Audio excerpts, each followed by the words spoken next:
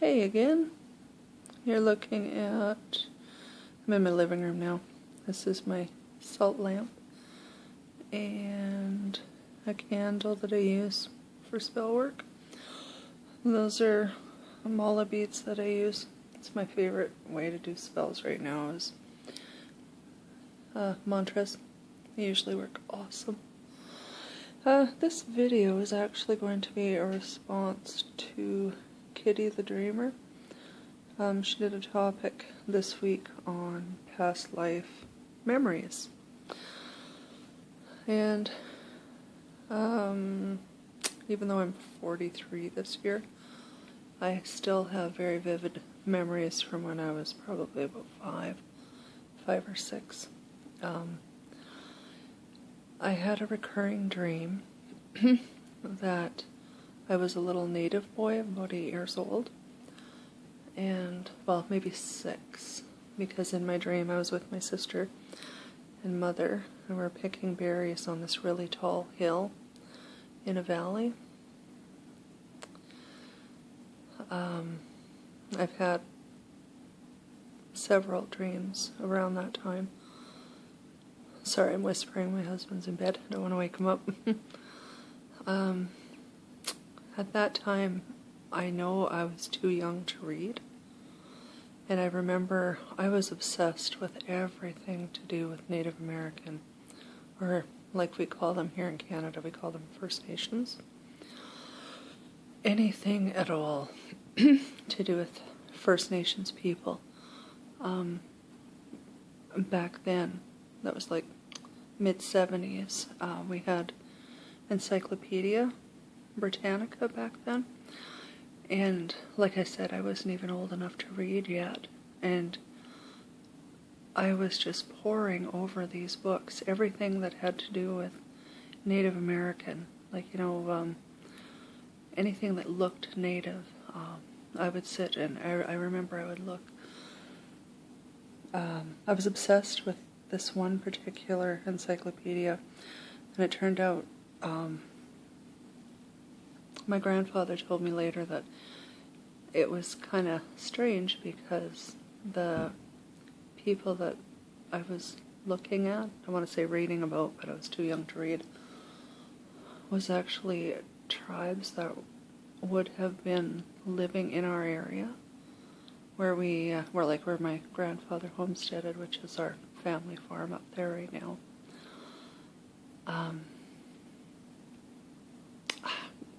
I don't even know how to explain it. It was like this soul searching, I guess. Like I would look at these pictures of kids playing games in these encyclopedia, and I would literally feel like the sun, how warm the sun was in the picture, and I could feel the dirt under my feet, as if I was right there with them. And it was really weird because it was as if I already knew the games they were playing. And like I said, I was maybe 5, 6, just barely learning my alphabet. I couldn't read. I didn't know. I wouldn't know even how to play those games, And since then, every year, this yearning to know more just keeps getting deeper and deeper. Like I said, I'm 43 this year, and I am just as driven to know everything that I can about Native culture as I was back then. I surround myself with Native people. I learn as much as I can about the culture. It's, I make the food. I look up the recipes and crafts. Everything to do with culture. My dad, it was really weird too, because when I was growing up, my dad had land down by the river that was close to where we lived up there. It's up by the Peace River area. It's called the Smoky River. He actually had land down there that he would plow and seed and till, and he used to come home with his pockets filled with arrowheads that he'd find. He'd just be walking along to the truck from the tractor or the combine, and he'd just see them laying on the ground because he was digging them up. And it's really strange because when I think back to the memory of those drains, and I could actually see that it might be down in that valley because there were hills that had berries on top of them. It was like wild strawberries, wild blueberries. And it could very well have been that area. And I feel so drawn to it.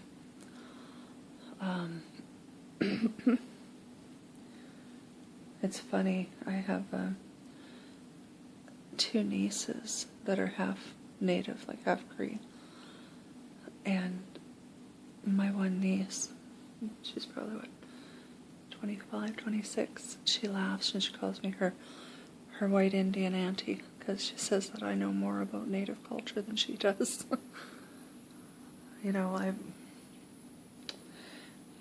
My dream is to own a genuine pair of mucklucks,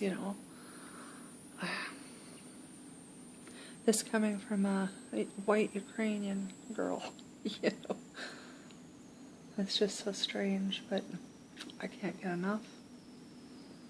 I can look, and now that we have the internet, I can go online and I just submerge myself. I'll spend hours and hours watching round dance videos on YouTube, It's actually what I first started going on YouTube for, was to see all that stuff, the round dances and the powwows and things, because as a white person, we have, we've disgraced that culture so much in North America that, even though my heart begs to be a part of it, which I believe is a reincarnation of some sort, like a past life, I'm completely positive it has to be. There's no other reason for it. When most people, oh sorry, I'm totally going off track. What I was saying was, we've disgraced their culture so much, and yet, someone like myself is just begging and dying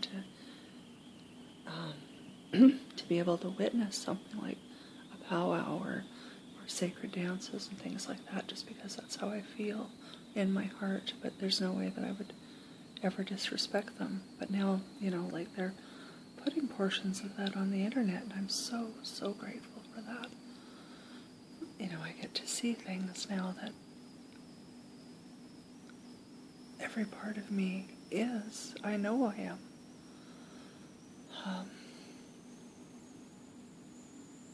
Yeah.